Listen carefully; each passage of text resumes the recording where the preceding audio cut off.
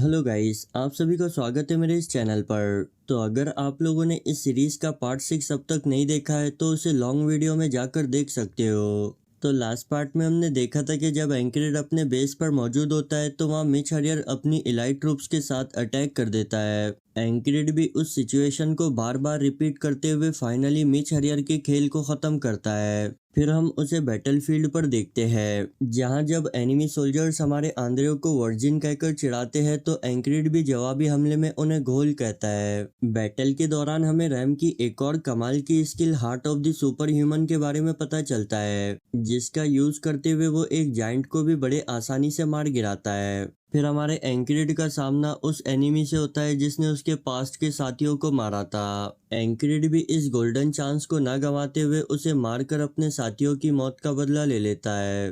तो इस पार्ट की स्टार्ट में हम रैग्ना को देखते हैं, जो कि आगे बढ़ते हुए बोलता है कि एंक्रिड, अब जबकि तुमने हमें इतना कुछ दिखाया है तो ये मेरी भी जिम्मेदारी बनती है कि मैं भी तुम्हें कुछ खास करके दिखाऊं। वो एनिमी सोल्जर रैग्ना से बोलता है कि अच्छा, तो क्या तू अकेले ही हम सभी से फाइट करेगा? मगर हम देखते हैं कि रैग्ना तो उसकी बात को सुने बगैर ही उसकी गर्दन को उड़ा देता है। वहां मौजूद दूसरे सोल्जर्स ये देख काफी अजीब रिएक्शन देते हैं। हमारा रैग्ना बोलता है कि सॉरी, लगता है कि तुम कुछ कह रहे थे मगर मुझे सुनाई नहीं दिया।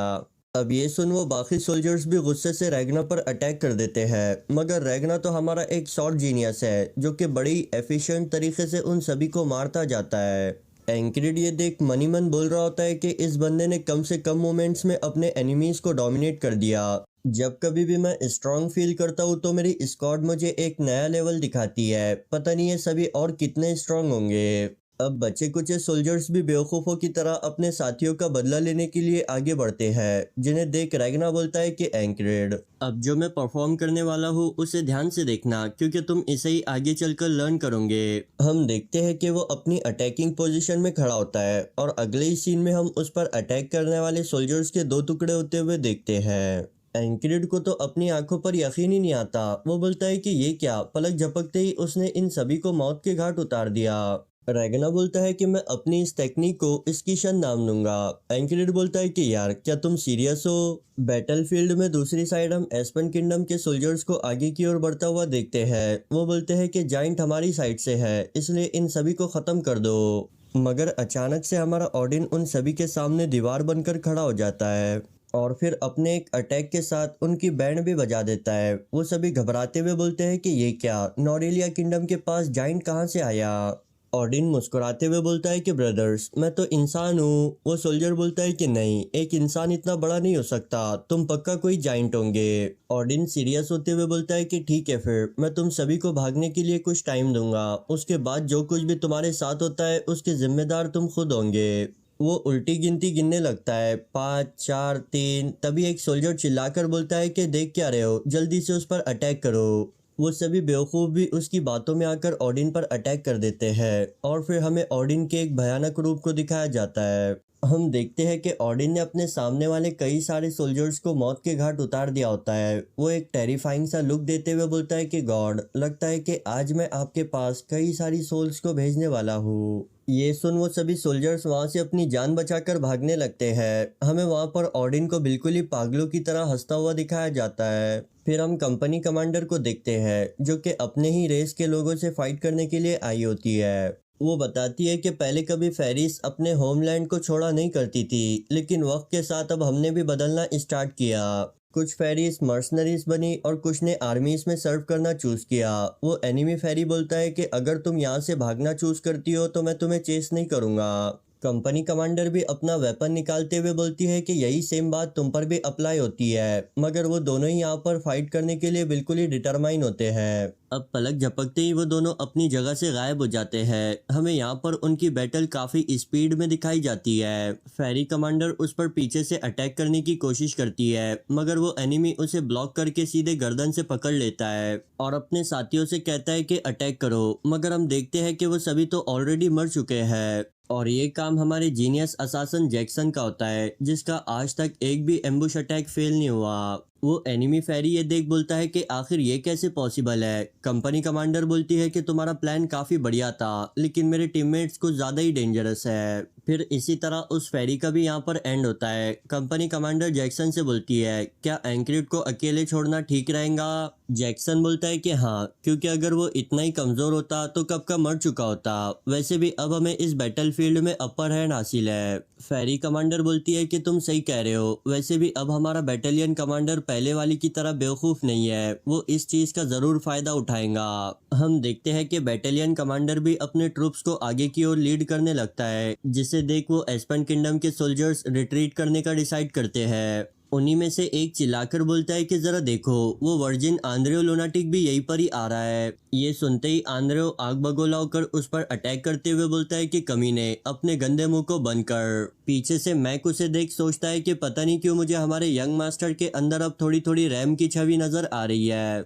हम ऑडिन को देखते हैं, जो कि इस वॉर में जी भरकर तबाही मचाने के बाद वापस आने लगता है। वहीं रैम ने सभी जायंट्स को ठिकाने लगा दिया होता है। एस्पेन किंगडम के सोल्जर्स अब अपनी दुम दबाकर वहां से भागने लगते हैं। कमांडर बॉर्डर गार्ड्स को यह ऑर्डर देता है कि आखिर तक उनका पीछा करो, और मनी मन बोलता है कि ये सब कुछ उस लुनाटिक स्क्वाड की बदौलत हुआ है। कंपनी कमांडर भी उनसे कहती है कि आज तुमने काफी अच्छा परफॉर्म किया। बैटल के एंड होने के बाद कमांडर चिल्लाकर इस बैटल के हीरोज की तारीफ करने के लिए कहता है, जिसे सुन वो सभी सोल्जर्स लुनाटिक स्क्वाड के नारे लगाने लगते हैं। एंक्रिड भी अपने हाथ को ऊपर कर कर उन सभी को बढ़ावा देता है। दूसरी साइड हम एनिमी कमांडर को वापस जाता हुआ देखते हैं, जहां वो बोलता है कि हमारे लॉर्ड एबनायर का प्लान गलत नहीं था, बस यहाँ पर कुछ ज्यादा ही स्ट्रॉन्ग सोल्जर्स मौजूद थे। ग्रेहाउंड कंपनी कमांडर भी बोलता है कि हाँ। फिर वो एंक्रिड को याद करते हुए बोलता है कि वो कमीना, वो तो पिछले कई बारी से हमारे प्लान में टांग अड़ाता जा रहा है। तभी कोई उसके घोड़े पर अटैक करता है, जिस वजह से वो नीचे गिर जाता है। बैटालियन कमांडर उसके लिए रुक ही रहा होता है कि वो चिल्लाकर बोलता है कि नहीं, ये बॉर्डर गार्ड्स है, इसलिए जल्दी से तुम यहाँ से निकलो। हम देखते हैं कि बॉर्डर गार्ड्स का पूरा ग्रुप ही इनका पीछा कर रहा होता है। तभी कोई भल्लाल देव के वेपन से अटैक करता है, जिसे ब्लॉक करने में ग्रे कंपनी कमांडर को काफी दिक्कत आती है। हम देखते हैं कि एक सोल्जर ने उसे सबड्यू कर दिया होता है। ग्रे कंपनी कमांडर उससे बोलता है कि तुम तो बॉर्डर गार्ड्स के कमांडर हो। वो कमांडर बोलता है कि हाँ ग्रे कंपनी कमांडर, तुम कभी हमारे इक्वल माने जाते थे, लेकिन अब जरा देखो तुम्हारी क्या हालत हो चुकी है। ग्रे कंपनी कमांडर बोलता है कि उस मीच हरियर को सपोर्ट करने की वजह से हमारी बहुत सारी इलाइट फोर्सेस मारी जा चुकी है, इस वजह से अब हम बॉर्डर गार्ड का सामना नहीं कर सकते। वो देखता है कि आगे भाग रहे उनके बैटालियन कमांडर के सर को भी टॉरिस जाकर उड़ा देता है। अब यहाँ ग्रे कमांडर के पास प्रोटेक्ट करने के लिए कुछ नहीं बचता, इसलिए वो बॉर्डर गार्ड के कमांडर को पीछे लौटकर अपने साथियों के साथ वहां से भागने का डिसाइड करता है। टॉरिस अपने कमांडर से पूछता है, क्या अब हमें उनका पीछा नहीं करना चाहिए? वो कमांडर बोलता है कि नहीं, अब ये सभी के सभी बगैर मालिक के कुत्ते बन चुके हैं, जिनके बारे में हमें फिक्र करने की जरूरत नहीं है। फिर हमें बताया जाता है कि उस हार की वजह से एस्पेन किंगडम को बहुत ही बड़े नुकसान का सामना करना पड़ा, मगर अब भी एक ऑल आउट वॉर उन झाड़ियों वाले इलाके में सबका इंतजार कर रही है। क्रिस अपने सामान को पैक करते हुए बताता है कि अब वो अपने बेस को एनिमीज की क्रॉस गार्ड सिटी की तरफ मूव कर रहे हैं, ताकि उन्हें प्रेशराइज कर सके। एंक्रिड बताता है कि लास्ट बैटल में अच्छा परफॉर्म करने वालों को इनाम दिए गए। रैम बोलता है कि ये तो काफी बढ़िया है, क्योंकि अब हमें इनाम के तौर पर कुछ भी काम करने की जरूरत नहीं है। ये सब कुछ मेरे उन जाइंट्स को मारने की वजह से हुआ। ऑडिन बोलता है कि मैंने जो सोल्जर्स मारे उनका क्या? रैग्ना भी बोलता है कि हाँ, मैंने भी काफी ब्लडी सोल्जर्स को मारा। रैम बोलता है कि बस बहुत हुआ, अब अपनी तारीफें करना बंद करो। वही जैक्सन उन सभी को बेवकूफ कहता है। आंद्रियो बोलता है कि मैंने तो बैटल में पहली बार ऐसा कुछ एक्सपीरियंस किया, मुझे तो काफी गूज बम्स आ रहे थे। रैम बोलता है कि हाँ हाँ, आखिर को तुम एक वर्जिन लुनाटिक जो हो। आंद्रियो इस बात पर गुस्सा हो जाता है।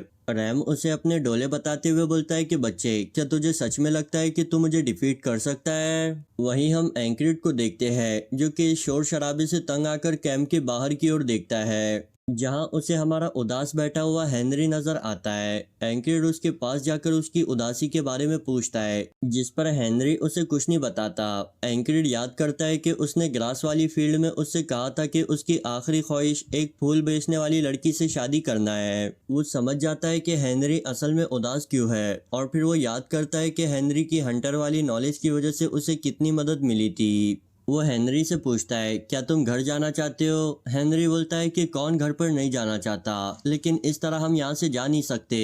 एंक्रिड वहां से जाते हुए ये डिसाइड करता है कि वो हेनरी की घर पर जाने में मदद करेगा।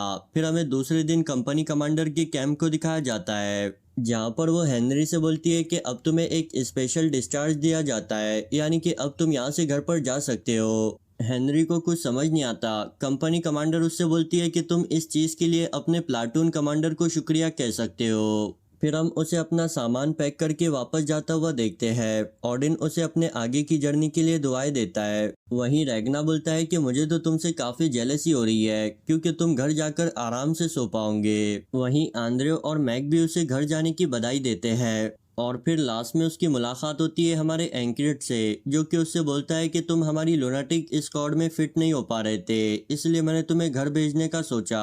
मैं उम्मीद करता हूँ कि तुम वहां जाकर अपने पसंदीदा पर्सन के दिल को जीत लोगे।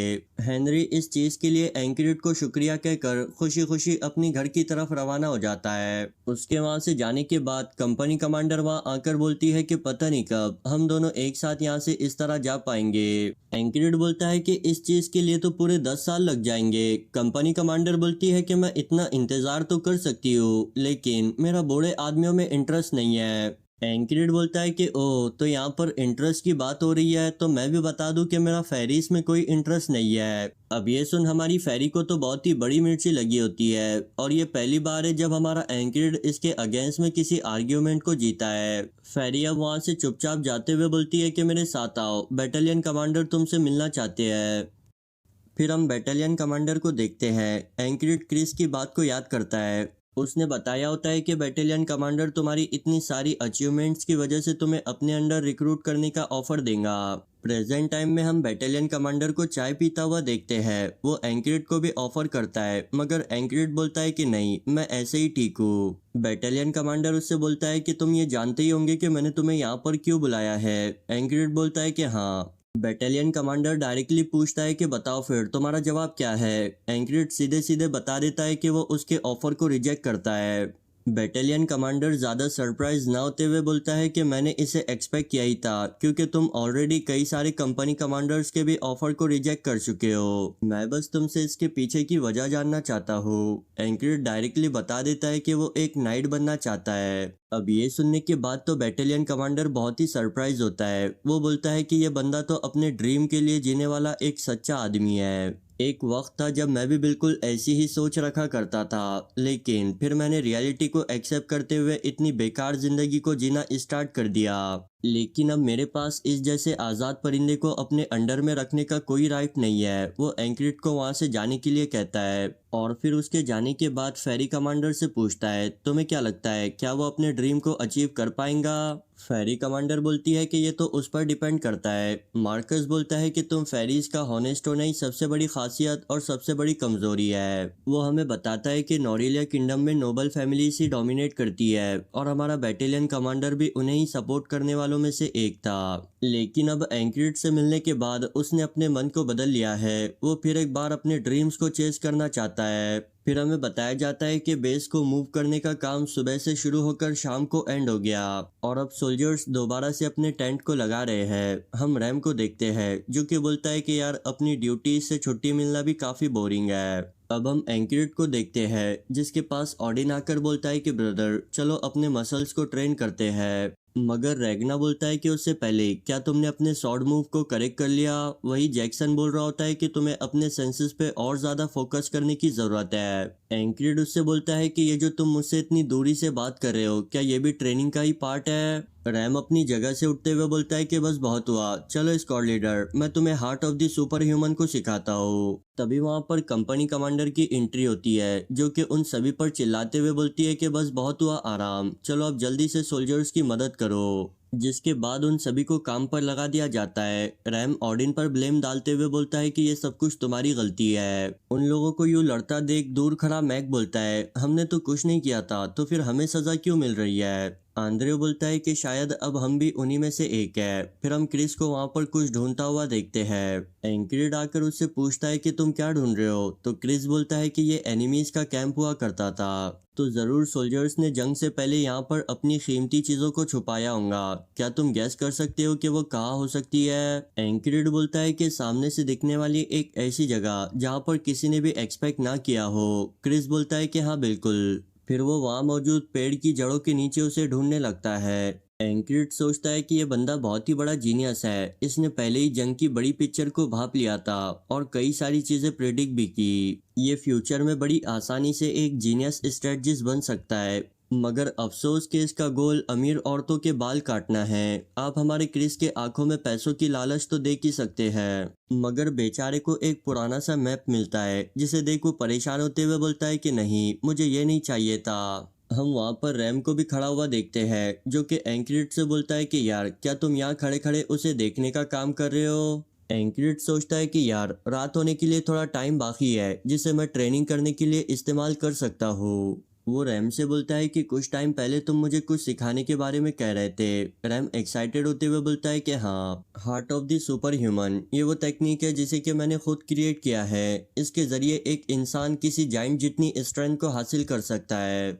लेकिन इसे सीखने के लिए तुम्हें मौत का सामना करना पड़ेगा। एंक्रिड बोलता है कि फिक्र मत करो, मौत वैसा भी मेरा कुछ नहीं बिगाड़ सकती। रैम ये सुन बोलता है कि तुम अब शिकार से शिकारी बन चुके हो और फिर अपने मेथड को परफॉर्म करना स्टार्ट करता है। वो बताता है कि इस दौरान तुम्हारे मसल और सेंसेस बढ़िया होने चाहिए। वो एंक्रिड के पीछे मौजूद रेगना, ऑडिन और जैक्सन को देखते हुए बोलता है कि इन लोगों ने उसे काफी कुछ सिखाया है, यानी कि अब एंक्रिड heart of the super human सीखने के लिए बिल्कुल ही तैयार है। वो उससे कहता है कि मेरी हार्ट बीट को सेंस करते हुए तुम अपने हार्ट को भी स्टिमुलेट करना स्टार्ट करो। ध्यान में रखना कि तुम मेरे मुकाबले 25% ही करोगे, क्योंकि ज्यादा करने पर तुम्हारा हार्ट ब्लास्ट हो सकता है। एंक्रिड बताता है कि वो रैम के जोर से धड़कते हुए हार्ट को फील कर सकता है। ऐसा लग रहा है जैसे कि वो उसकी चेस्ट को चीर कर बाहर आ जाएगा, मगर पता नहीं क्यों मैं तो अपने हार्ट को स्टिमुलेट ही नहीं कर पा रहा। रैम बोलता है कि मैं बेकार में ही फिक्र कर रहा था, क्योंकि तुम हमेशा की तरह कुछ भी नहीं कर पा रहे हो। तुम कभी कभी जीनियस की तरह ग्रो करते हो और फिर अचानक से डल हो जाते हो। मुझे समझ नहीं आता, क्या तुम यहाँ मेरे साथ मजाक कर रहे हो। पीछे खड़े ऑडिन, जैक्सन और रेगना भी कहते हैं कि हाँ, ये कुछ ऐसा ही है। एंक्रिड पूछता है क्या हम सच में अपने हार्ट को कंट्रोल भी कर सकते हैं। फिर वो रैम के फ्रस्ट्रेशन से भरे चेहरे को देख बोलता है कि यार मैं सच में अपना बेस्ट ट्राई करने की कोशिश कर रहा हूँ। अब इसी तरह ट्राई करते करते रात होकर दूसरा दिन निकल जाता है। रैम अब भी चिल्लाकर एंक्रिड से बोल रहा होता है कि आखिर तुम्हें ये समझ क्यों नहीं आ रहा। फिर इसी तरह दूसरे दिन की भी शाम हो जाती है। रैम गुस्से से अपने कैंप में आकर वापस बैठ जाता है। जैक्सन बोलता है कि शायद वो तुम्हारी स्किल इसीलिए नहीं सीख रहा है क्योंकि उसके लिए वो बकवास होंगी। उसे मेरी कुछ असासिनेशन स्किल्स सीखने की जरूरत है। रैम उसे गुस्से से कहता है कि अगर तू मरना नहीं चाहता तो चुप हो जा। तभी रैगना बोलता है कि शायद यहाँ सिखाने वाले में ही प्रॉब्लम है। रैम बोलता है कि ओहो, जरा देखो यहाँ बोल भी कौन रहा है, एक आलसी बंदर। रैगना उठते हुए बोलता है कि बारबेरियन कही के, अगर तुझे फाइट ही करनी है तो चल फाइट करते हैं। मगर रैम उसे इग्नोर करते हुए यही सोच रहा होता है कि आखिर एंक्रिड उस टेक्निक को लर्न क्यों नहीं कर पा रहा। वो बोलता है कि इस टेक्निक को मैंने खुद क्रिएट किया है, मेरे विलेज में मौजूद स्पेल कास्टर्स भी इसे लर्न नहीं कर पाते और आखिर में बेमौत मारे जाते। तो लगता है कि मुझे ज्यादा गड़बड़ नहीं करनी चाहिए। वैसे भी एंक्रिड को हार्ट ऑफ द बीस्ट सीखने में ही काफी टाइम लगा था। अब वो यही सोचते सोचते सो जाता है। अगले दिन की सुबह हम फिर से उसे एंक्रिड को सिखाते हुए देखते हैं, मगर रिजल्ट बिल्कुल भी चेंज नहीं होता। रैम बोलता है कि हमें कल और ट्राई करना चाहिए, लेकिन एंक्रिड उसके हाथ को पकड़ लेता है और बोलता है कि फिर से करो। रैम बोलता है कि मैं समझ सकता हूँ कि तुम अपनी तरफ से पूरा ट्राई कर रहे हो, मगर अब एंक्रिड भी बहुत ही फ्रस्ट्रेट हो गया होता है। वो बोलता है कि अगर इससे काम नहीं चल रहा है तो अपनी स्टिमुलेशन को और स्ट्रांग करो। रैम बोलता है कि बॉस, तुम जानते हो ना इसका क्या मतलब है। अगर मैं स्टिमुलेशन को स्ट्रांग करता हूँ तो फिर तुम्हारा हार्ट फट भी सकता है। क्या तुम मुझे अपने आप को मारने के लिए कह रहे हो। एंक्रिड बोलता है कि हाँ बिल्कुल।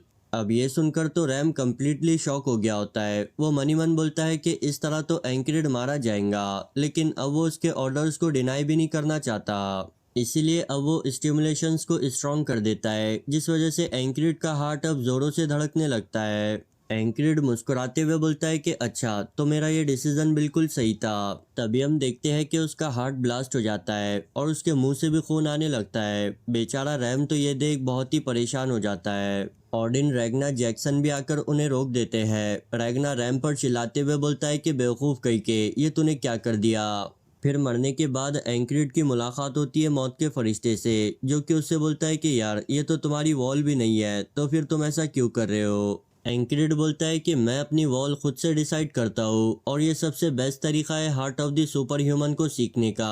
और फिर मर के जिंदा होने के बाद एंक्रिड दोबारा से उसी दिन में वापस आ जाता है और फिर एक बार रैम के साथ प्रैक्टिस करते हुए मारा जाता है। मौत का फरिश्ता उससे बोलता है कि यार क्या तुम्हें बार बार अपने दिल के टुकड़े करने पर मजा आ रहा है। एंक्रिड बोलता है कि नहीं, असल में इस स्किल को मैं लाइफ एंड डेथ को फेस करते हुए ही सीख सकता हूँ। मौत का फरिश्ता बोलता है कि सच में तुम तो एक साइको हो। एंक्रिड बोलता है कि तुम्हें जो सोचना है सोचो, मैं तो अपने रास्ते पर चलता रहूंगा। और फिर इसी तरह सेम डे को रिपीट करते हुए एंक्रिड को 100 से भी ज्यादा दिन गुजर जाते हैं और फिर फाइनली वो दिन भी आता है जब हमारा एंक्रिड उस टेक्निक को सक्सेसफुली परफॉर्म करता है। रैम हैरान होते हुए बोलता है, ये क्या, तुमने तो इसे सिर्फ एक ही दिन में सीख लिया। एंक्रिड अब अपनी पावर को आजमाने के लिए एक बड़ी सी चट्टान के सामने आकर खड़ा हो जाता है। वो बोलता है कि मुझे इस टेक्निक को सीखने में 100 से ज्यादा दिन लगे हैं। वहां मौजूद सभी लोग एंक्रिड की ग्रोथ को देखने के लिए तैयार होते हैं। अब एंक्रिड भी उस चट्टान पर अपना एक जोरदार अटैक करता है जिसके रिजल्ट में हम देखते हैं कि वो पूरी चट्टान ही टूट जाती है। हमारी लुनाटिक स्क्वाड का रिएक्शन तो सच में देखने लायक होता है। रैम एंक्रिड से पूछता है, मुझे मेरे 2 सवाल का जवाब दो। पहला, क्या तुम वेस्ट से बिलोंग करते हो, और दूसरा, क्या तुम सच में एक जीनियस हो। एंक्रिड बोलता है कि तुम्हारे दोनों ही सवालों का जवाब ना है। फिर उसी रात हम एंक्रिड को बिस्तर पर पड़ा हुआ देखते हैं। वो बोलता है कि मैं तो अभी अपनी एक सिंगल मसल को भी मूव नहीं कर पा रहा। रैम, क्या ये सब कुछ नॉर्मल है। रैम बोलता है कि तुम्हारी बॉडी उस टेक्निक को हैंडल नहीं कर पा रही, आखिरकार तुम काफी वीक हो। ऑडिन आकर एंक्रिड को बताता है कि तुमने अपनी लाइफ में फर्स्ट टाइम अपने मसल्स को इतना ज्यादा पुश किया है, इसलिए ऐसा रिएक्शन तो बिल्कुल ही नॉर्मल है। एंक्रिड मनी मन सोचता है कि वो टेक्निक तो बहुत ही कमाल की है, लेकिन उसे यूज करने का प्राइस भी उतना ही महंगा है। एक नाइट बगैर किसी स्किल के जाइंट जितनी स्ट्रेंथ, फ्रॉग जितनी फ्लेक्सिबिलिटी और फेरी जितनी स्पीड को पोजेस करता है, यानी कि अब भी मेरे सामने काफी लंबा रास्ता पड़ा है। ऑडिन उसे यूं दर्द में तड़पता देख बोलता है कि चलो मैं तुम्हारी थोड़ी सी हेल्प कर देता हूँ। मैं अपनी ब्लड, स्वेट और टीयर नामी टेक्निक के जरिए तुम्हें रेस्ट करवाऊंगा।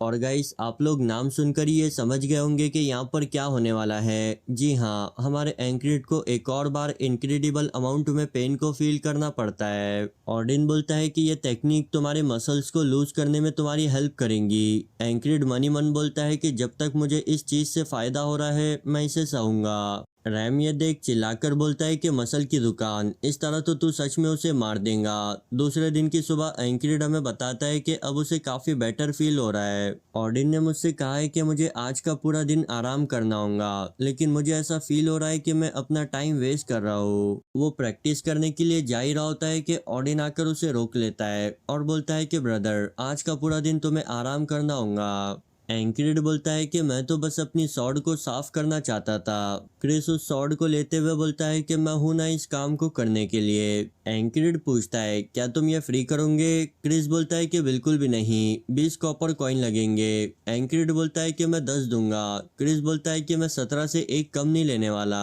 एंक्रिड पूछता है कि आखिर इतना महंगा क्यों, तो क्रिस बोलता है कि तुम्हारी सॉर्ड एक हाई क्वालिटी की है जिसे साफ करने में भी ज्यादा मेहनत लगेगी, और हाँ, तुम्हारी दूसरी शॉट भी दे दो। एंक्रिड उसे जाता देख सोचता है कि मैंने 2 शॉट चलाने का डिसाइड किया, लेकिन मेरी स्क्वाड में से किसी ने भी मुझे मना नहीं किया। वो अपने स्क्वाड मेंबर्स से भी इस बारे में पूछता है, जिस पर वो बोलते हैं कि आखिर हम ऐसा क्यों करेंगे। जैक्सन बोलता है कि हम जानते हैं कि तुम कितने बड़े जिद्दी हो। एंक्रिड ऑडिन से पूछता है, क्या सच में तुम भी ऐसा ही सोचते हो। ऑडिन बोलता है कि हाँ ब्रदर। रेगना एंक्रिड से पूछता है, क्या तुम्हारे 2 शॉट एक साथ यूज करने के पीछे कोई स्पेसिफिक रीजन है। एंक्रिड बोलता है कि हाँ, 2 शॉट यूज करना उसे काफी कूल फील कराता है।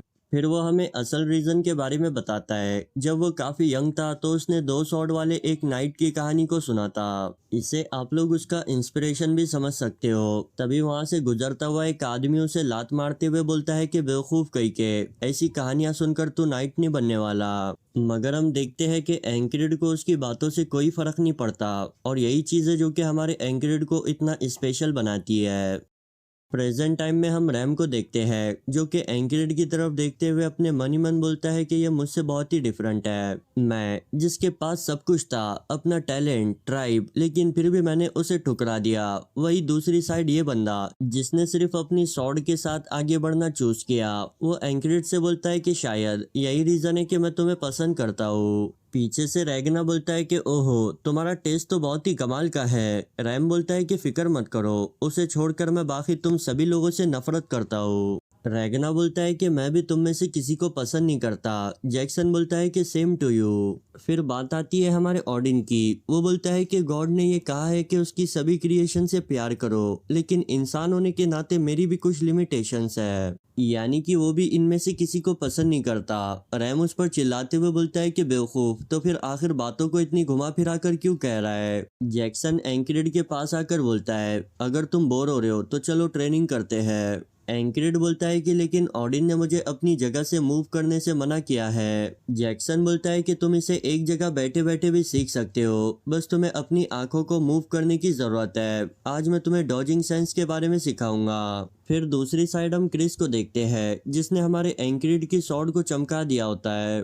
तभी उसे कुछ सोल्जर्स के बातें करने की आवाज सुनाई देती है जो कि ये कह रहे होते हैं कि इस वॉर को एंड होने में अभी काफी टाइम लगेगा। क्रिस सोचता है कि जरूर एस्पन किंगडम कुछ ना कुछ तो नई खिचड़ी पका रहा है। फिर हम एंक्रिड और जैक्सन को देखते हैं जहां जैक्सन एंक्रिड को डॉजिंग सेंस के बारे में सिखा रहा होता है। वो बोलता है कि अब मैं तुम्हारे सामने से पत्थर को थ्रो करूंगा और तुम्हें उन पर लिखे हुए वर्ड्स को रीड करना है। अब ऑब्वियसली हमारा एंक्रिड पहली बारी में तो उसे नहीं सीख पाता और जैक्सन भी पूरी तैयारी के साथ आया होता है। अब ऐसे ही प्रैक्टिस करते करते सुबह से शाम हो जाती है। अब रात के टाइम फिर से ऑडिन एंक्रिड की मसाज करता है और बोलता है कि अब तुम मूव करने के लिए रेडी हो। तभी एंक्रिड को अपने सामने से एक पत्थर जाता हुआ दिखाई देता है। जैक्सन उससे पूछता है कि बताओ उस पर क्या लिखा था। एंक्रिड बोलता है कि यार क्या तुम मेरे ध्यान भटकने का ही इंतजार कर रहे थे। जैक्सन बोलता है कि कभी भी वॉर बोलकर स्टार्ट नहीं होती, तुम्हें हर वक्त चौकन्ना रहना होगा। हमें उनके बेस के बाहर पहरा दे रहे सोल्जर्स को दिखाया जाता है। सामने की झाड़ियों में हम एक मिस्टीरियस से पर्सन को भी देखते हैं। फिर हम देखते हैं कि फाइनली हमारा एंक्रिड उस पत्थर पर लिखे हुए वर्ड को पढ़ने में कामयाब हो जाता है। तभी सोल्जर्स चिल्लाकर बोलते हैं कि हम पर एनिमीज का अटैक हुआ है, मगर जैक्सन तो अब भी एंक्रिड से यही पूछता है कि बताओ उस पत्थर पर क्या लिखा था। एंक्रिड बोलता है कि यार क्या तुम सीरियस हो। फिर बताता है कि उस पे 2 अल्फाबेट लिखे हुए थे, सी और आर। जैक्सन बोलता है कि कॉन्ग्रेचुलेशन, पूरे 40 पत्थर फेंकने के बाद तुमने इसे फिगर आउट कर ही लिया। अब हम रैम को आगे की ओर दौड़ता हुआ देखते हैं। वो बोलता है कि बताओ एनिमीज कहाँ पर है। एंक्रिड उसे ऐसा करता देख बोलता है कि यार अब इसे क्या हो गया, ये इतना बेचैन नजर क्यों आ रहा है। जैक्सन बताता है कि तुम्हारे उस heart of the something technique की वजह से तुम 2-3 दिन आराम पड़ते, जिस वजह से इसे कोई प्रॉपर फाइट करने के लिए नहीं मिला। शायद यही वजह हो सकती है। हम सोल्जर्स को इकट्ठे जमा हुआ देखते हैं। रैम उनसे पूछता है कि बताओ एनिमीज कहाँ पर है। वो बोलते हैं कि शायद वो लोग एरोस को शूट करके वापस चले गए, अभी बॉर्डर गार्ड्स उनके पीछे गए हैं। रैम बोलता है कि नहीं, मुझे नहीं लगता कि बॉर्डर गार्ड्स उन्हें पकड़ पाएंगे। वो एंक्रिड से बोलता है कि जरा उस एरो को ध्यान से देखो, क्या ये तुम्हें किसी की याद नहीं दिला रहा, वही फिंगरनेल ऑफ द हॉक। एंक्रिड बोलता है फिंगरनेल ऑफ द हॉक, ये तुम किसकी बात कर रहे हो। रैम बोलता है कि यार वही सोल्जर जिसने कुछ महीनों पहले तुम पर अपने एरो से अटैक किया था, आखिर तुम्हें याद क्यों नहीं आ रहा। एंक्रिड बोलता है कि यार अगर तुम कुछ महीनों पहले की बात कर रहे हो तो मेरे लिए ये सालों के बराबर होगा। तभी उसे याद आता है कि बिल्कुल ही फर्स्ट बैटल फील्ड में जहाँ उसका सामना उस फ्रॉक से हुआ था, उसी वक्त उसने अपने एक साथी को एरो शूट करने वाले सोल्जर से बचाया था। वो बोलता है कि यार वो तो क्लॉ ऑफ द हॉक था, ना कि फिंगरनेल।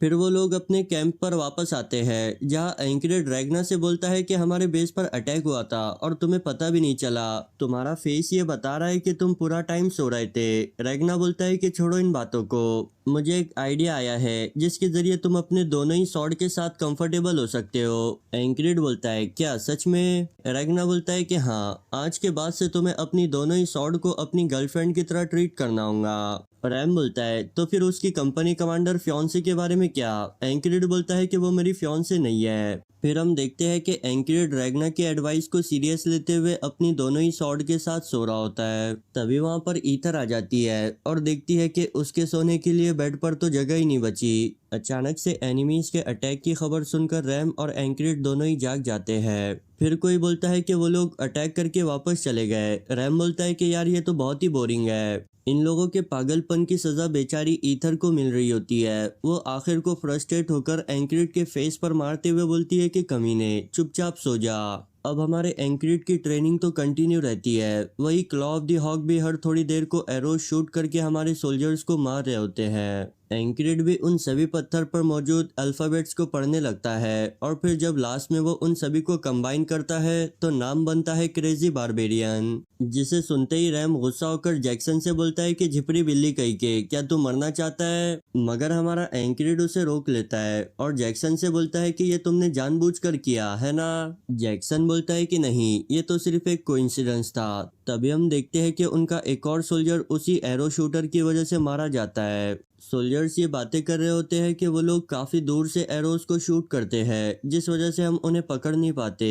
क्रिस ये सुनकर सोचता है कि एनिमी दिन में 2 से 3 बार हम पर अटैक करता है, जिससे हमें ज्यादा डैमेज तो नहीं होता, लेकिन अगर ऐसे ही चलता रहा तो चीजें और भी बिगड़ जाएंगी। लगता है कि अब मुझे ही कुछ करना होगा। वो सीधे ही एंक्रिड के पास जाकर बोलता है कि बॉस, मेरे पास एक प्लान है जिसके बारे में हमें सीनियर से बात करनी चाहिए। फिर हमें उनके सीनियर्स की मीटिंग को दिखाया जाता है, जहाँ पर वो लोग इन होने वाले अटैक्स के लिए सिर्फ एक दूसरे से बहस कर रहे होते हैं। बैटालियन कमांडर सोचता है कि मैं आमने सामने की लड़ाई में माहिर हूँ, लेकिन ये मेरी बस से बाहर है और मुझे नहीं लगता कि ये लोग मुझे कोई अच्छी सी एडवाइस भी दे पाएंगे। तभी वहाँ हमारी फेरी कमांडर की एंट्री होती है। वो बैटालियन कमांडर को बताती है कि वो लुनाटिक प्लाटून के लीडर एंक्रिड से मिलकर आ रही है, जिसने इंडिपेंडेंट ऑपरेशनल कंट्रोल की मांग की है। बैटालियन कमांडर इसकी वजह पूछता है, जिस पर वो बताती है कि उसके ही एक कॉमरेड क्रिस ने इस सिचुएशन से निकलने का काफी बढ़िया प्लान बनाया है। जिसे सुनने के बाद बैटालियन कमांडर ये ऑर्डर देता है कि अभी से सभी के सभी इंडिपेंडेंट प्लाटून को हर तरह से सपोर्ट करेंगे। फिर हम एंक्रिड की पूरी प्लाटून को मिशन पर जाता हुआ देखते हैं,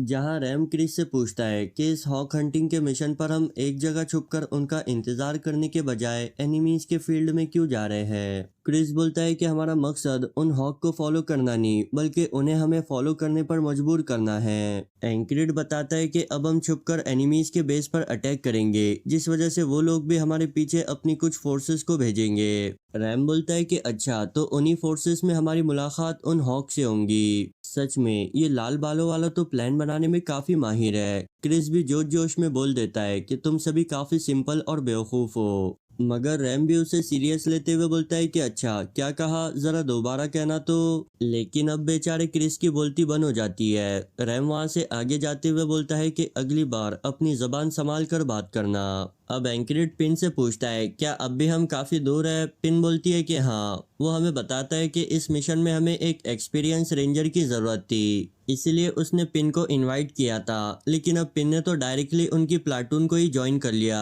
वो पिन से इसके पीछे का रीजन भी पूछता है, मगर पिन बोलती है, क्यों, क्या मेरी वजह से तुम्हें अनकंफर्टेबल फील हो रहा है? रैम एंक्रिड की मजा लेते हुए बोलता है कि नहीं नहीं, हो सकता है कि इसकी फ्योन से नाराज हो जाए। फिर हम देखते हैं कि वो एनिमीज के बेस पर पहुंच जाते हैं। पिन उन सभी से बोलती है कि पीछे ही रहना, क्योंकि अगर चीजें और बिगड़ती है तो हमें वापस निकलना होगा। मगर रैम कहाँ उसकी सुनने वाला था। वो जंप लगाते हुए बोलता है कि मुझे तो ताजे खून की खुशबू आ रही है। रैगना एंक्रिड से बोलता है कि चलो मैं भी देखता हूँ कि आखिर तुम्हारा फॉर्म अब और कितना स्टेबल हो चुका है। अब रैम आगे जाते हुए वहाँ पहरा दे रहे सोल्जर से बोलता है कि हे, मेरी तरफ देखो। वो सोल्जर उसके साथी से पूछता है, क्या तुम उसे जानते हो? वो बोलता है कि नहीं, मैं तो नहीं जानता। रैम सीधे ही उसकी तरफ अपनी कुराड़ी को फेंकते हुए बोलता है कि तुम्हें मुझे जानने की जरूरत भी नहीं है। ये देख वो दूसरा सोल्जर चिल्लाते हुए बोलता है कि एनिमीज, हमारे ऊपर एनिमीज का अटैक हुआ है। एंक्रिड ये सुन सोचता है कि अब हमें जल्दी करना होगा, मगर हम रैम को देखते हैं जो कि बड़ी ही स्पीड से मूव करते हुए सीधे उस सोल्जर के सामने पहुंच जाता है। एंक्रिड ये देख हैरान होते हुए सोचता है कि मैंने आज से पहले कभी किसी को इतनी स्पीड से चार्ज करता हुआ नहीं देखा।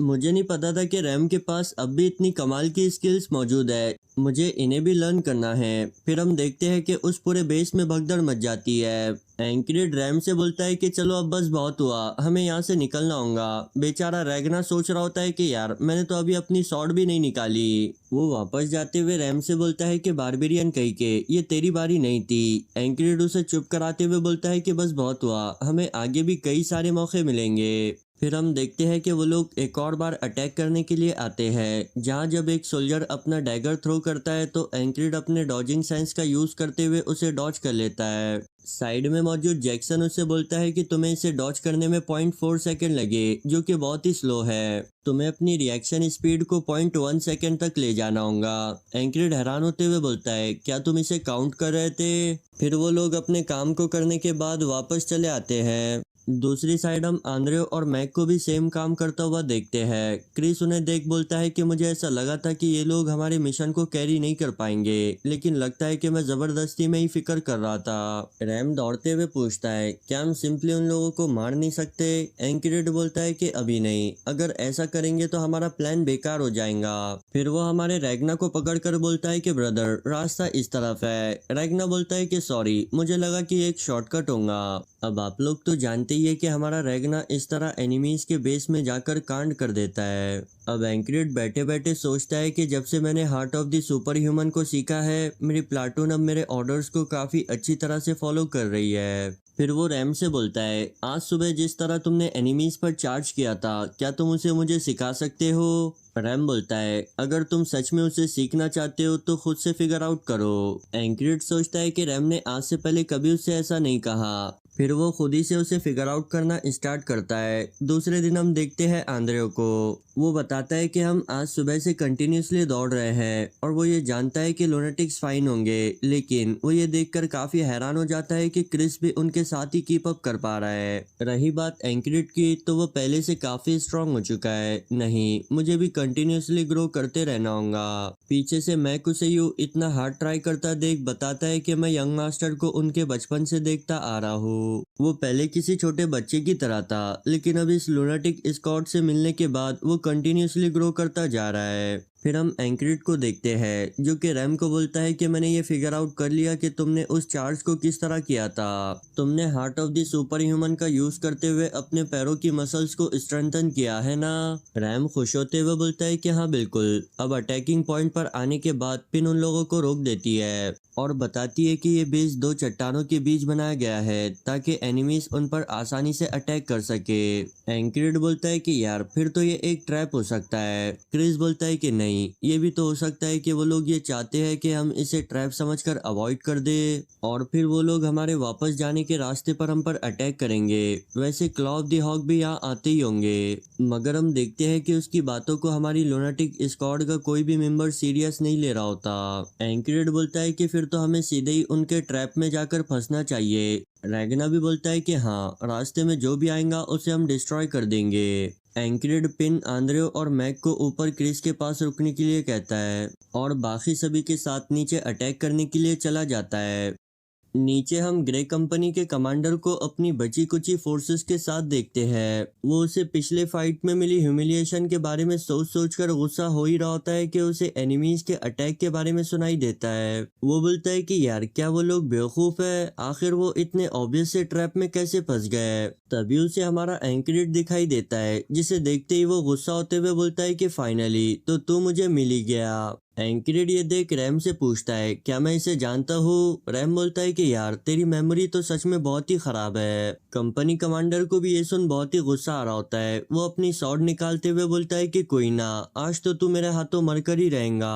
वो सीधे ही आगे बढ़कर अटैक कर देता है, जिसे कि हमारा एंक्रिड भी अपनी स्वॉर्ड निकालकर ब्लॉक करता है। वो कमांडर उस स्वॉर्ड को देख बोलता है कि ये क्या, ये तो मिच हरियर की है। एंक्रिड भी बोलता है कि याद आ गया, तुम तो वही हो ना जो कि बैटलफील्ड में फ्लैग को प्रोटेक्ट कर रहा था। ग्रे कमांडर बोलता है कि अब वो चीजें मैटर नहीं करती। एंक्रिड भी अटैक करते हुए सोचता है कि लास्ट टाइम तो मैं कमजोर होने की वजह से हार गया था, लेकिन इस बार ऐसा नहीं होने वाला। साइड में हम दूसरे सोल्जर्स को देखते हैं जो कि अपना ऑरा रिलीज करते हुए बोलते हैं कि आज तुम लोग नहीं बचने वाले, लेकिन हमारी लुनाटिक स्क्वाड तो उन्हें कम्प्लीटली इग्नोर कर देती है। ये देख वो सोल्जर उन पर अटैक करते हुए बोलता है कि कमीनो, आखिर तुम्हारी ऐसा करने की हिम्मत कैसे हुई। मगर हमारा रैम तो उसके अटैक को बड़ी आसानी से ब्लॉक कर देता है और बोलता है कि क्या तुम्हें दिखाई नहीं देता, अभी हम काफी इंपॉर्टेंट मैच को देख रहे हैं। अब एंक्रिड ग्रे कमांडर के अटैक को डॉज करके उसकी पीठ पर एक स्लैश लगाता है। जैक्सन ये देख बोलता है कि अब उसकी डॉजिंग स्किल 0.1 सेकंड तक पहुंच गई है, हाँ इससे भी काम चल जाएगा। अब हम देखते हैं कि एंक्रिड ग्रे कमांडर के अटैक को दोनों स्वॉर्ड का यूज करते हुए ब्लॉक करता है। रेगना ये देख बोलता है कि अब हमारा एंक्रिड दोनों ही स्वॉर्ड को एक साथ यूज करना सीख रहा है। ग्रे कमांडर भी अपनी स्वॉर्ड का यूज करते हुए एंक्रिड के अटैक को पैरी कर देता है। ऑडिन ये देख बोलता है कि अब हमारे ब्रदर को और ज्यादा स्ट्रेंथ की जरूरत है, लगता है कि उसकी ट्रेनिंग में एक और पत्थर को ऐड करना होगा। ग्रे कमांडर अब एंक्रिड पर अटैक करने के लिए बढ़ रहा होता है। रैम एक्साइटेड होते हुए बोलता है कि हाँ यही टाइम है heart of the super human को एक्टिवेट करने का। एंक्रिड भी बिल्कुल ऐसे ही करता है और फिर रैम की उस स्पीड से चार्ज करने वाली टेक्निक का यूज करते हुए ग्रे कमांडर के करीब पहुंच जाता है। उस बेचारे को तो कुछ समझ नहीं आता कि आखिर अचानक से एंक्रिड की स्पीड इतनी कैसे बढ़ गई। फिर वो जब एंक्रिड के अटैक को ब्लॉक करता है तो उसकी स्वॉर्ड भी टूटने लगती है, क्योंकि अब हमारे एंक्रिड के पास एक जाइंट जितनी स्ट्रेंथ है। वो अपनी स्वॉर्ड को ग्रे कमांडर के गले में दसाकर उसकी कहानी को एंड कर देता है। वहां मौजूद सोल्जर्स ये देख हैरान होते हुए बोलते हैं कि ये क्या, आखिर हमारे कमांडर कैसे हार गए।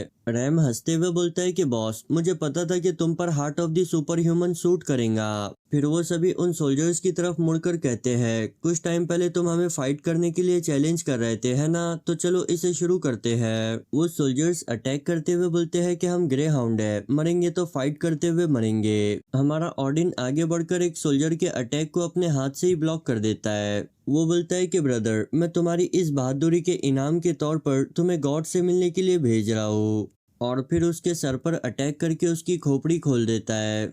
आंद्रो ये देख शॉक होते हुए बोलता है कि ये क्या, उसने अपने हाथों से उसके अटैक को ब्लॉक किया, क्या उसके मसल्स लोहे के बने हैं। फिर हम रैम को फाइट करता हुआ देखते हैं, जहां रैगना आकर अपनी शॉट घुमाते हुए एनिमी सोल्जर को मार देता है। रैम उस पर चिल्लाते हुए बोलता है कि आलसी बंदर, क्या तू मुझे भी उसके साथ ही मारना चाहता था। रैगना बोलता है कि हाँ, लेकिन बड़ी अफसोस की बात है कि तू बच गया। फिर वो उस पर अटैक कर रहे सोल्जर को मार देता है। रैम बोलता है कि कमीने, बस तू थोड़ा इंतजार कर, देख फिर मैं कैसे तुझे दो हिस्सों में काटता हूँ। रैगना बोलता है कि इंतजार की क्या जरूरत, अभी ही करते हैं। रैम भी ऑडिन से बोलता है कि हे मसल की दुकान, अपने गॉड से कहना कि मैं उसके पास एक और सोल को भेजने वाला हूँ। ऑडिन जवाब देता है कि ब्रदर, मगर गॉड को अभी ये नहीं चाहिए। फिर हम बचे कुचे सोल्जर्स को देखते हैं जो कि इन पर पीछे से अटैक करने का डिसाइड करते हैं, मगर वो ये भूल जाते हैं कि हमारे पास एक ऐसा बंदा मौजूद है जिसका आज तक पीछे से किया हुआ अटैक फेल नहीं हुआ। एंक्रिड ये देख जैक्सन से बोलता है कि यार तुम्हें उन सभी को मारने की जरूरत नहीं है।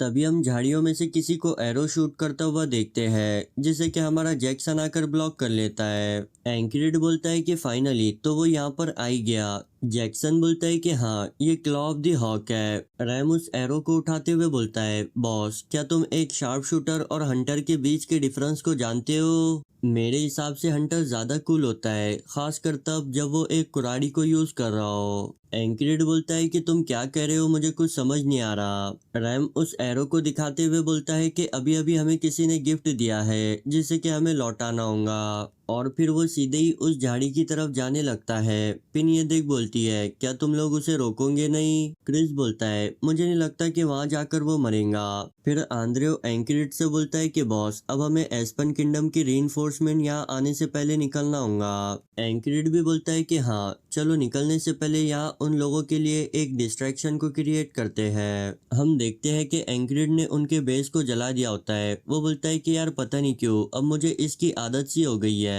दूसरी साइड हमें एस्पन किंगडम के तीरंदाज को दिखाया जाता है, जो कि क्लॉ ऑफ द हॉक से पूछते हैं कि अब हमें क्या करना चाहिए। वो बड़े ही एटीट्यूड के साथ बोलता है कि हम उनका पीछा करेंगे।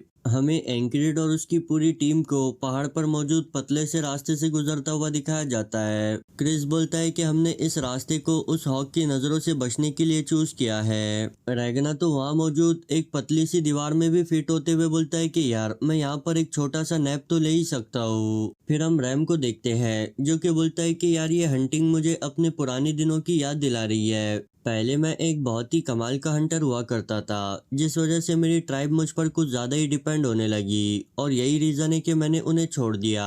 हम देखते हैं कि वो ठीक उस हॉक और बाकी सोल्जर्स के पीछे मौजूद होता है। वो सभी इस बात से बेखबर यही सोच रहे होते हैं कि एंकरिड और उसके साथियों को मारे कैसे, ये जाने बिना कि खुद मौत ही उनका इंतजार कर रही है। अब वो लोग रैम को देख उससे दूर दूर भागने लगते हैं, मगर रैम तो एक एक करके उन सभी को मार देता है। हॉक उसे देख वहां से दौड़ते हुए बोलता है कि आखिर एक बारबेरियन यहाँ पर क्या कर रहा है। अब ये सुनते ही रैम सीधे ही उसके पीछे पहुंच जाता है। अब हॉक ये देख उस पर एरो को शूट करता है, मगर रैम तो सीधे ही उस एरो को चीरता हुआ अपने कुराड़े को उसके शोल्डर में धंसा देता है। वो अपने पास से उसी एरो को निकालते हुए बोलता है कि चलो आज इतने लंबे समय बाद पहली बार मुझे इतनी एक्साइटमेंट फील हो रही है। फिर कुछ देर बाद उस हॉक को मारकर वो बोलता है कि यार ये तो बड़ा ही डिसअपॉइंटिंग था, चलो कोई ना, इसे मारकर मेरी हंटर वाली स्पिरिट को थोड़ी शांति तो मिली। फिर वो सोचता है कि यार क्या मैं अभी अपने स्क्वाड लीडर की तरह बिहेव कर रहा था,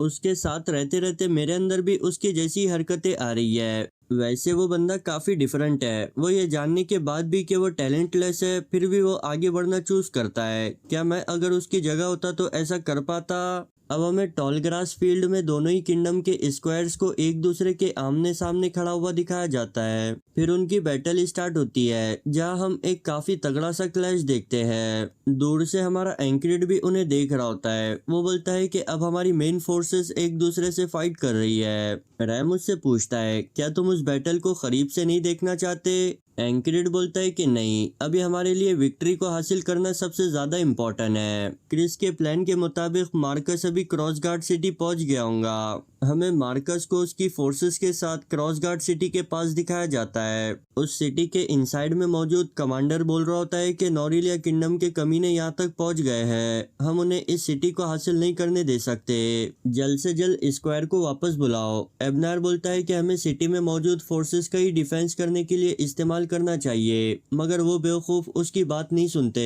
एबनर वहां से जाते हुए बोलता है कि जब तक यहाँ का लॉ एंड ऑर्डर नोबल्स के हाथ में है, इस कंट्री का कुछ नहीं हो सकता।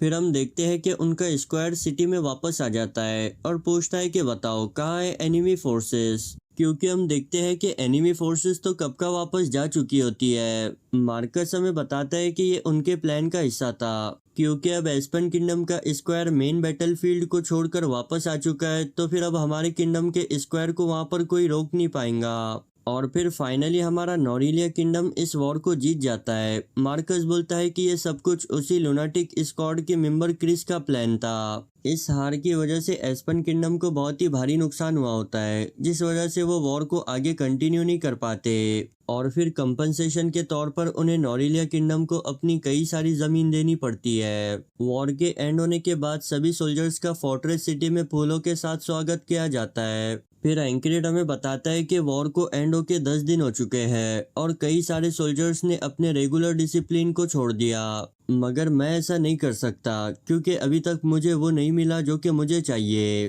तभी एक लो रैंक सोल्जर आकर उससे पूछता है कि एंकरेड क्या तुम मुझे ट्रेनिंग दोगे। एंकरेड उसे देख सोचता है कि ये तो वही सोल्जर है जो कि मुझे ट्रेनिंग करते हुए काफी एडमायर करता था। वो उसे जवाब देता है कि नहीं, क्योंकि मैंने आज से पहले कभी किसी को कुछ नहीं सिखाया और मुझे नहीं लगता कि मैं तुम्हें अच्छे से ट्रेन करवा पाऊंगा। मगर फिर भी वो सोल्जर एंकरेड से ही ट्रेनिंग हासिल करने की जिद पर अड़ा होता है, जिसे देख एंकरेड को भी अपना पुराना सेल्फ याद आता है और फिर वो उसे सिखाने के लिए तैयार हो जाता है। फिर हम वहाँ पर रैगना को भी आता हुआ देखते हैं, जो कि एंकरेड को देख बोलता है कि वाह, तो अब हमारे बॉस काफी काबिल हो चुके हैं, वैसे उन्हें होना भी चाहिए क्योंकि मैं उनका टीचर जो हूँ। तभी वहां पर रैम आते हुए बोलता है कि जरा देखो इसे कैसे अपने आप में ही बातें कर रहा है। वो ऑडिन से बोलता है कि जरा इसे चेक करना, कहीं ये पॉजेस तो नहीं हो गया। ऑडिन बोलता है कि नहीं ब्रदर, जरूर वो अपने गॉड से बातें कर रहा होगा। रैम रेगना से पूछता है कि ठीक है, ये बताओ कि गॉड ने तुमसे क्या कहा। रेगना बोलता है कि भाड़ में जाओ। फिर वो दोनों लड़ने लगते हैं। एंक्रिड उन्हें देख बोलता है कि ये लोग फिर से शुरू हो गए। जैक्सन उसके पीछे से पूछता है क्या तुम अपने सेंसेस को ट्रेन कर रहे हो। एंक्रिड बोलता है कि यार तुमने तो मुझे डरा ही दिया। वैसे यहाँ कई सारे लोग हमें देख रहे हैं। जैक्सन बोलता है कि वो हमें नहीं बल्कि तुम्हें देख रहे हैं। असल में अब यहाँ पर कई सारे सोल्जर्स उसे अपना रोल मॉडल मानते हैं। मार्कस भी ये देख बोलता है कि एक बेकार स्क्वाड के लूजर से लेकर लुनाटिक स्क्वाड के लीडर तक क्या कमाल की जर्नी थी। अब कई सारे सोल्जर्स तुम्हें फॉलो करते हैं। एंक्रिड, तुम सभी के जरिए रिकॉग्नाइज किए हुए हीरो हो। हमें एक और अवार्ड सेरेमनी को दिखाया जाता है जहां इस बार नोबल्स भी प्रेजेंट होते हैं। मार्कस ऐलान करता है कि इस बार वॉर में सबसे ज्यादा कंट्रीब्यूट करने वाले पर्सन का नाम मुझे लेने की जरूरत नहीं है। नोबल्स ये सुन बातें करने लगते हैं कि आखिर ये ऐसा कैसे कह सकता है, मगर मार्कस अपने मन ही मन बोलता है कि भले ही इन बेवकूफों को इस बारे में कुछ नहीं पता, मगर हमारे सोल्जर्स अच्छे से जानते हैं। हमें एंक्रिड को स्टेज पर जाता हुआ दिखाया जाता है। वो बोलता है कि पिछली बार की तरह इस बार मुझे कोई भी लुक डाउन नहीं कर रहा। मार्कस बोलता है कि काफी सोचने के बाद मैंने इस इनाम को तुम्हारे लिए चूज किया। उम्मीद करता हूँ कि ये तुम्हें पसंद आएगा। हम देखते हैं कि वो एक रॉयल डैगर है। मार्कस बोलता है कि ये सिर्फ उन्हीं लोगों को दिया जाता है जिन्होंने रॉयल फैमिली के लिए कुछ अच्छा काम किया हो। इस डैगर के जरिए तुम रॉयल फैमिली के गेस्ट बन जाते हो, यानी कि तुम वहाँ कभी भी आ जा सकते हो, जो कि बहुत ही बड़ी बात है। एंक्रिड उसे लेते हुए सोचता है कि ये एक वेपन नहीं बल्कि एक ऑनर है। एक नाइट अगर सिर्फ स्ट्रेंथ को हासिल करता है तो वो एक नाइट नहीं बल्कि मर्सनरी कहलाएगा। नाइट को नाइट बनने के लिए स्ट्रेंथ के साथ साथ ऑनर की भी जरूरत होती है। वो बोलता है कि ये चीज मेरे गोल को अचीव करने के लिए एक स्टेपिंग स्टोन की तरह है। वहाँ मौजूद सभी लोग हमारे एंक्रिड के नाम के ही नारे लगाने लगते हैं। रैम ये देख बोलता है कि यार मैंने भी इस बैटल में फाइट की, तो फिर सिर्फ हमारे स्क्वाड लीडर की ही क्यों तारीफ हो रही है। वही रैगना बोल रहा होता है कि यार जल्दी इस प्रोग्राम को खत्म करो, मुझे सोने जाना है। मार्कस एंक्रिड से बोलता है कि मैं ये उम्मीद करता हूँ कि तुम्हें ये गिफ्ट पसंद आया होगा, और अगर नहीं भी आता है तो मैंने तुम्हारे लिए एक और तैयार करके रखा है जो कि जरूर पसंद आएगा। तो अब इसी के साथ हमारा आज का ये एपिसोड यहीं पर ही एंड होता है। उम्मीद है कि आप लोगों को भी ये पसंद आया होगा।